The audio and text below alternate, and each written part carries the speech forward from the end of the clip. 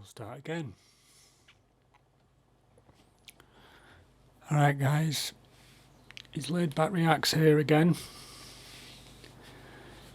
This video I'm going to be reacting to is Alan Watts Exploring Your Dark Side. Let's just close this a sec. So we are as the channel. Right, let's get started with it.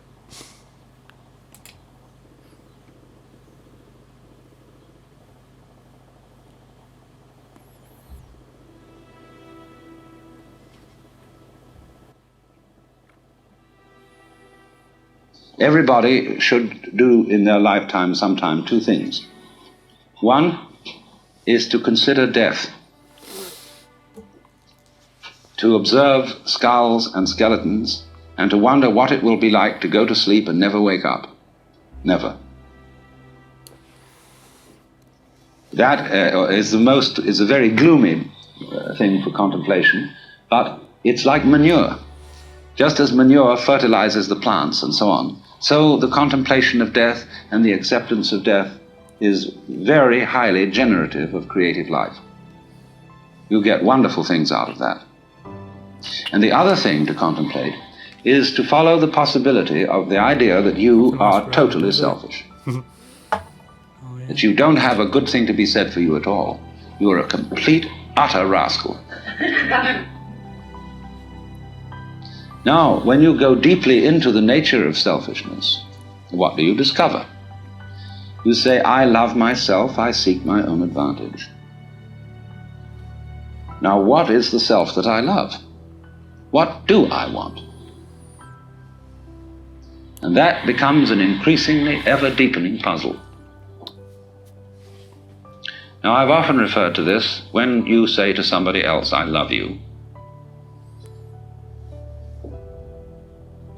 It's always rather disconcerting to the person to whom you say that if you imply that you love them with a pure, disinterested, and holy love. They automatically suspect it as being a little bit phony.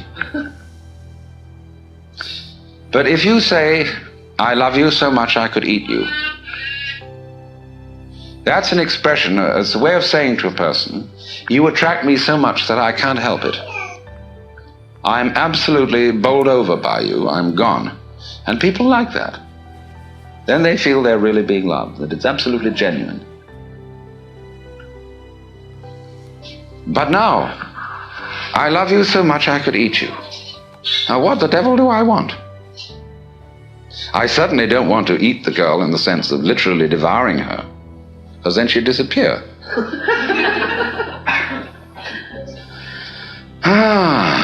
But I love myself. And what is me? In what way do I know me?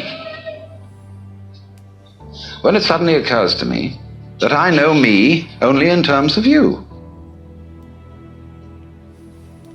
And that the main task of the psychotherapist is to do what he called to integrate the evil.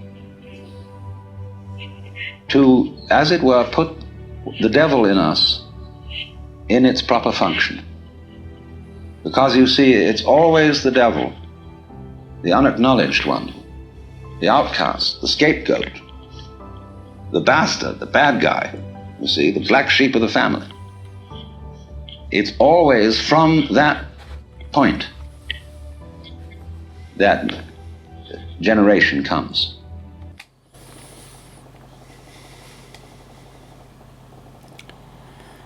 It's hard to find words for some of this, really. Yeah, well, that's all about empathy, isn't it? You can't really have empathy as much for something that you can't relate to, can you? Because you've never experienced that yourself. And that's how empathy works, isn't it? In other words, in the same way as in the drama, to have the play, it's necessary to introduce a villain. It's necessary to introduce a certain element of trouble. So so in the whole scheme of life, there has to be the shadow, because without the shadow there can't be the substance. So this is why there is a very strange association between crime and all naughty things and holiness.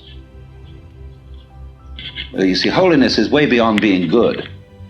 Good people aren't necessarily holy people. A holy person is one who is whole, who has, as it were, reconciled his opposites. And so there's always something slightly scary about holy people. And other people react to them in very strange ways. They can't make up their minds whether they're saints or devils. And so holy people have throughout history always created a great deal of trouble, along with their creative results. Take Jesus, for example. Trouble that Jesus created is absolutely incalculable. Think of the Crusades, the Inquisition, heaven only knows what's gone on in the name of Jesus. Very remarkable. Freud's a big troublemaker. Jung had a tremendous humor. And he knew that nobody can be completely honest. That you will try and you'll have a great deal of success in exploring your motivations and your dark, unconscious depths. But there will be a certain point at which you will say, well, I've had enough of that. And do you see how, in a strange way, there's a certain sanity in that? When a person indulges in a certain kind of duplicity, of deception, there is something, you all laughed when I said that, there's something humorous about it. And this humor is a very funny thing. Basically, humor is an attitude of laughter about oneself. There is malicious humor, which is laughing at other people. But real deep humor is laughter at oneself. Now, why fundamentally do you laugh about yourself? What makes you laugh about yourself? Isn't it because you know that there is a big difference between what goes on the outside and what goes on the inside? Now, I passed you around a lot of embroidery to look at before we started. And I'm perfectly sure that you got the point, that there's a big difference between the front and the back. In some forms of embroidery, the back is very different from the front because people take shortcuts. In the front, everything is orderly, and it is supposed to be kind of messy on the back side. See, which side will you wear? You've got to be sure you get the front in the front, have the back in the back. The back has all the little tricks in it, all the shortcuts, all the lowdown that people don't acknowledge, see? And it's exactly the same with the way we live. You know, like sweeping the dust under the carpet in a hurry just before the guests come. I mean, we do ever so many things like that. And if you don't do it, if you don't think you do it, and you think, well, really, my embroidery is the same on both sides, see? Well, you're deceiving yourself. Because what you're doing is you're taking the shortcuts in another dimension, which you're keeping out of consciousness. Everybody takes the shortcuts. Everybody plays tricks. Everybody has in himself an element of duplicity, of deception. Because you see, from this point of view that I'm discussing, where the web is the trap, to be is to deceive.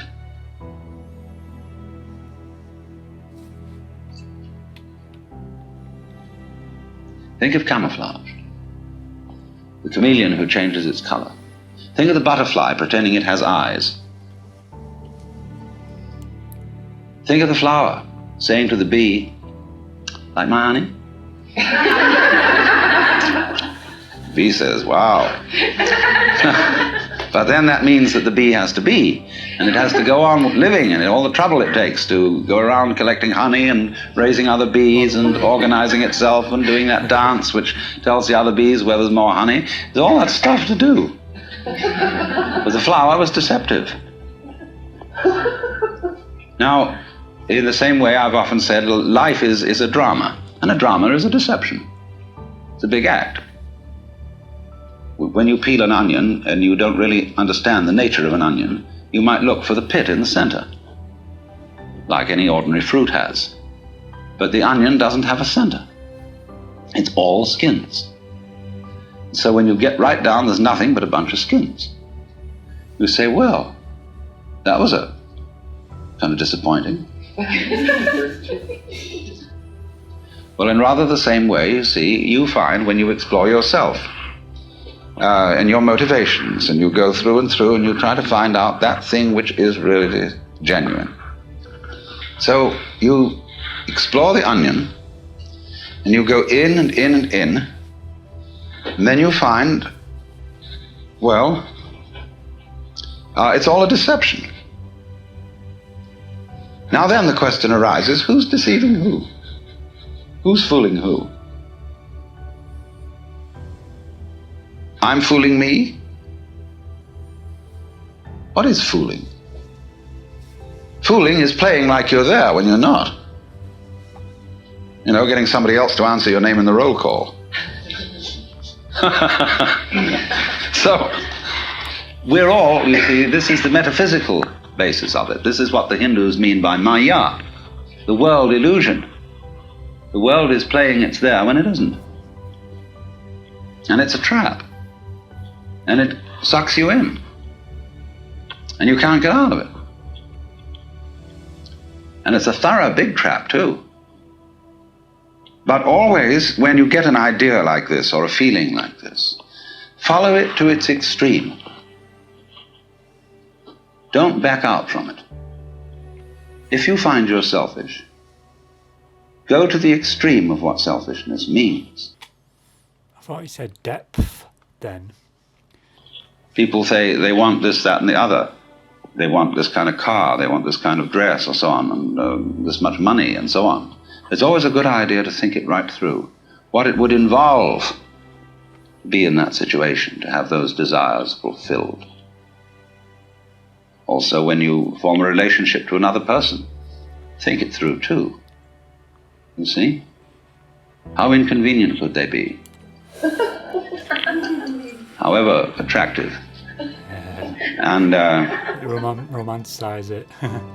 always turn the embroidery around and look at the underside, but don't get caught doing it. See, that's something one does on the side in secret, because otherwise you play the game that everything is as it's supposed to be on the front. But that makes you humorous, and that makes you human.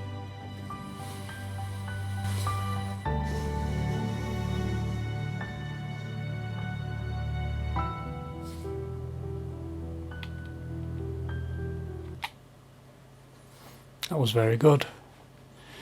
Some of the things, I was working up some ideas as I was listening to it and that. Some of the things are like eureka moments, aren't they, what he talks about, and it's kind of things that you think you already kind of knew, but they're in you, kind of seem to be in your subconscious, and it's like realising those thoughts consciously, that it awakens this realisation into you, from your subconsciousness into your consciousness. Yeah, that was a good video. I'm a big fan of Alan Watts, and I've never heard this material before, so that was thoroughly enjoyable for me. It gave a lot of food for thought. So any feedback will be appreciated and or welcomed, as always. Thanks for watching. It's Laid Back Reacts.